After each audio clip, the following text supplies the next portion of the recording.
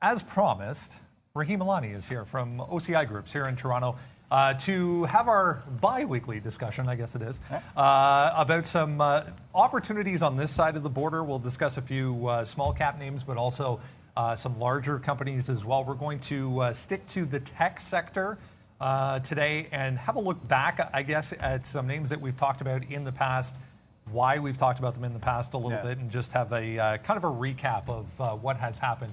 Good to see you, by the way. The first one here, Lightspeed, which has, if you have a look at the daily chart, it's not bad, right? Doesn't get much better than that.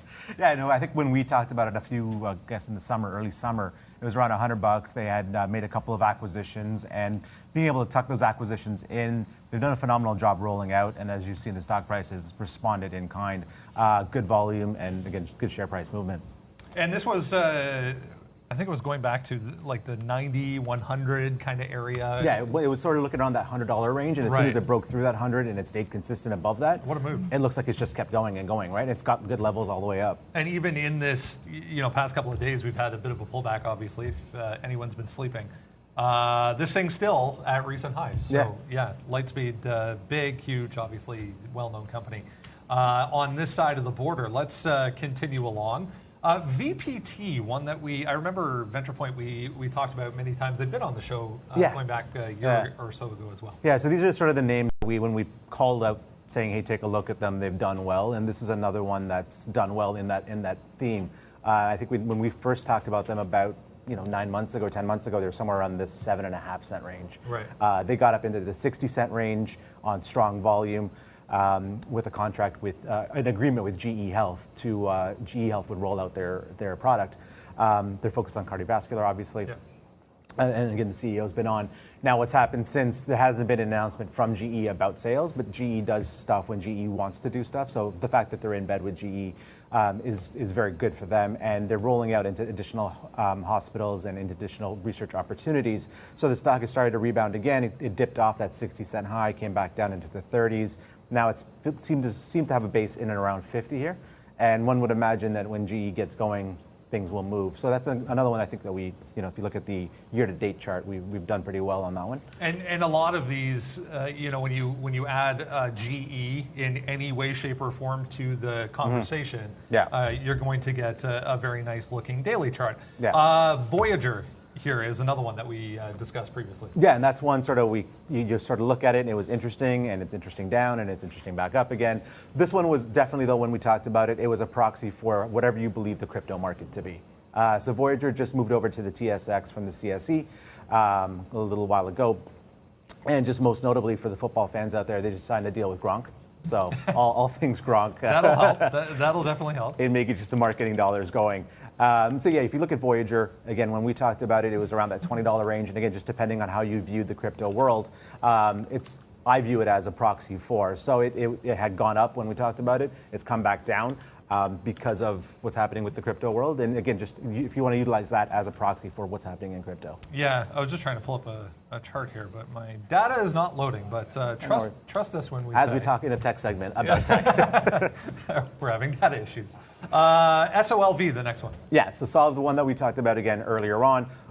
A technology that we like. Essentially, when your data goes out, it's wrapped in their ability to secure the data going out. And when it comes back out.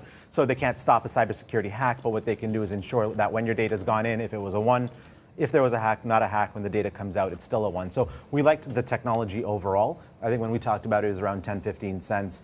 It had a pull down into the 6, 7 cent range. They were just finished raising about $4 million. Yep. So for a small Canadian company, they're well cashed up. And they recently announced a patent, or the next step in a patent, as well as cryptographers approving their work. So we've seen since that the stock moved from about 10 cents up to, I think just yesterday, hit 17.5 cents. So it's looking strong on that point of view. Yeah, looking like it's trying to break out as we speak, in fact, for that one. I remember VQS. We discussed VQS. It's an interesting chart. I looked at it before we came on here. Very news-driven, though. Yeah, so when we talked about VQS initially, they had put out Q1.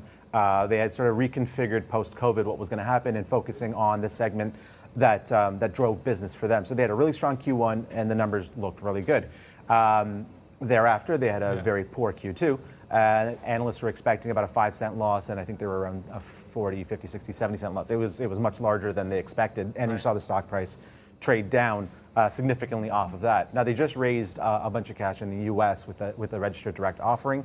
So things to keep in mind when you're looking at that, when people are raising capital that we've talked about before, look at the release dates on when those shares become free trading. Yeah. Always things to keep in mind, because stocks typically, as much as we all are investors for the long haul, most people are traders and they want to be in and out of a name. So pay attention to those dates, because they can be critical and key for what's happening in a stock. That's one we thought it was a good idea.